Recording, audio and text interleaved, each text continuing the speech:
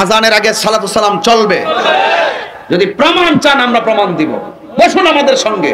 এই যুব সমাজকে মিসগাইড করবেন না। এই আহলে হাদিস লামাযাবির গোষ্ঠীরা এরা হলো নাপিতের দল। এরা কিসের দল? আজানের আগে সালাতুস সালাম দেওয়া হাদিসে অবশ্যই আছে। 1 লক্ষ টাকার চ্যালেঞ্জ, হাদিসে না কোরআনে আছে? আমাদের দেশে অনেক জায়গায় আজানের পূর্বে আসসালাতু ওয়াসসালামু আলাইকা ইয়া রাসূলুল্লাহ, আসসালাতু ওয়াসসালামু আলাইকা ইয়া হাবিবাল্লাহ এভাবে উচ্চ স্বরে দুরূদ শরীফ পাঠ করে তারপর আজান দেওয়া হয়। তাহলে আজানের পূর্বে এইভাবে উচ্চ স্বরে দুরূদ শরীফ পাঠ করে আজান দেওয়াটা, এটা কি আসলে ইসলাম সমর্থন করে কিনা? আসুন এই বিষয়টা আমরা আজকে দেখার চেষ্টা করব। আপনি যদি কোরআন ও হাদিস নিয়ে যদি গবেষণা করে থাকেন তাহলে আপনি দেখতে পাবেন নবীজি সাল্লাল্লাহু আলাইহি সাল্লামের যুগে, সাহাবায়ে কেরামের যুগে, তাবিঈনদের যুগে, তাবিঈনদের যুগে, এমনকি আইম্মায়ে মুজতাহিদিন যারা আছে তাদের যুগেও এর কোনো অস্তিত্ব ছিল না যে আজানের পূর্বে এইভাবে দুরূদ শরীফ পাঠ করার।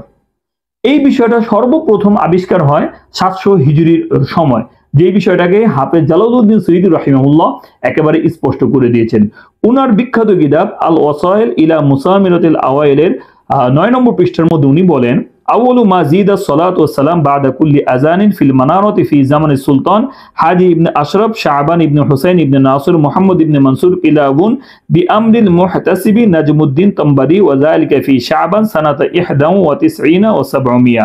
যে এই মিনারের মধ্যে আজানের পূর্বে সর্বপ্রথম এইভাবে সালাতুস সালাম পাঠ করার এই প্রচলনটা 791 হিজরিতে হাজি ইবনে আশরাফ শাবান উনি এটাকে আবিষ্কার করেছিলেন। এর পূর্বেও আবার কেউ কেউ বলে থাকে যে সুলতান সালাউদ্দিন ইবনে আইয়ুব এই বিষয়টাকেও আবিষ্কার করেছিল 767 হিজরিতে। এই আলোচনা থেকে স্পষ্টই বোঝা গেল যে নবীজি সাল্লাল্লাহু আলাইহি ওয়াসাল্লামের যুগের প্রায় 700 বছর পরে এই বিষয়টাকে আবিষ্কার করা হয়েছে। নবীজির যুগে যে জিনিসটা ছিল না, সাহাবায়ে কেরামের যুগেও ছিল না, তাবিঈনদের যুগেও ছিল না, তারা কেউ এই ধরনের কাজ করেনি। তাহলে এই সমস্ত কাজের হুকুমের ক্ষেত্রে আল্লাহর নবী বলেন, মান আহাদাসা ফি আমরিনা হাযা মা লাইসা মিনহু ফাহুয়া রাদ্দুন। যে ব্যক্তি আমাদের ইসলাম ধর্মের মধ্যে এমন কোন নতুন নতুন জিনিস আবিষ্কার করলো যেটা আমাদের ইসলাম ধর্মের মধ্যে ছিল না, এটা প্রত্যাখ্যাত হবে, এটার উপর আমল করা আমাদের কোনোভাবেই বৈধ হবে না। তাহলে আমরা বুঝতে পারলাম যে এটা নবীজির যুগে ছিল না, পরবর্তীতে এটা আবিষ্কার করা হয়েছে।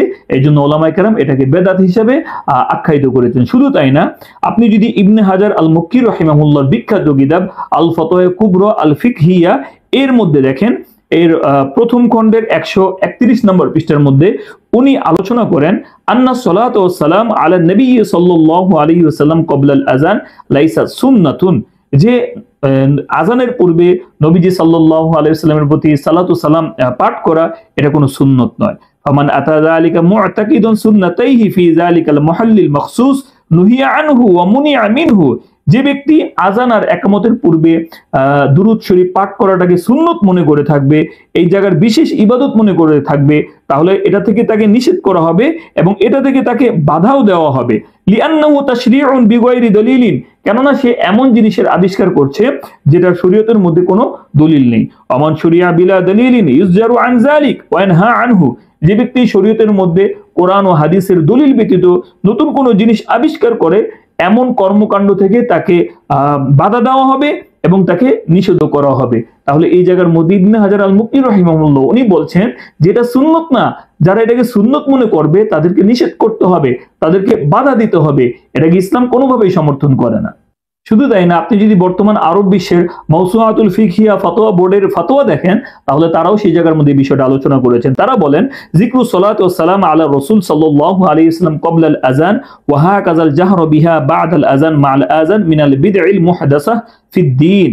যে আজানের পূর্বে এইভাবে দুরূদ সালাতু সালাম পাঠ করা, আজানের শেষেও আবার উচ্চ স্বরে এইভাবে পাঠ করা, এগুলো সবকিছুই হচ্ছে দ্বীনের মধ্যে নিত্য নতুন আবিষ্কৃত বেদাত। তাহলে এই জায়গার মধ্যে তারাও কিন্তু ফতোয়া দিচ্ছে এটা হচ্ছে বেদাত, এগুলা নতুন নতুন জিনিস আবিষ্কার করা হয়েছে।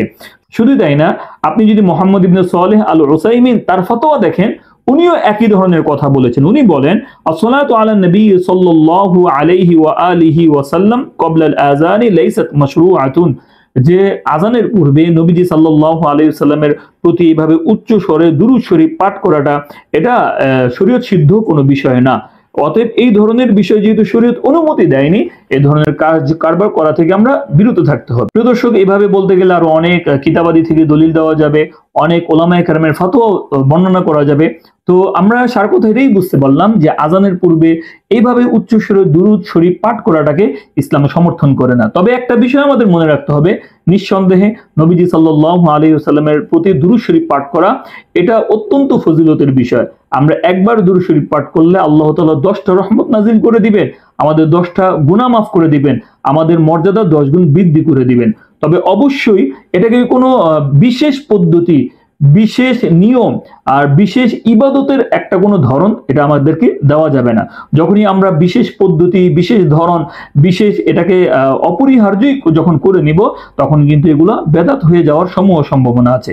তো আপনাদের কাছে প্রশ্ন, আপনাদের এলাকায় এই ধরনের পদ্ধতি চালু আছে কিনা? যদি চালু থাকে তাহলে আপনারা আসলে এই বিষয়টাকে কিভাবে দেখছেন, এগুলোকে আপনারা সমর্থন করেন কিনা কমেন্টে আমাকে জানাতে পারেন।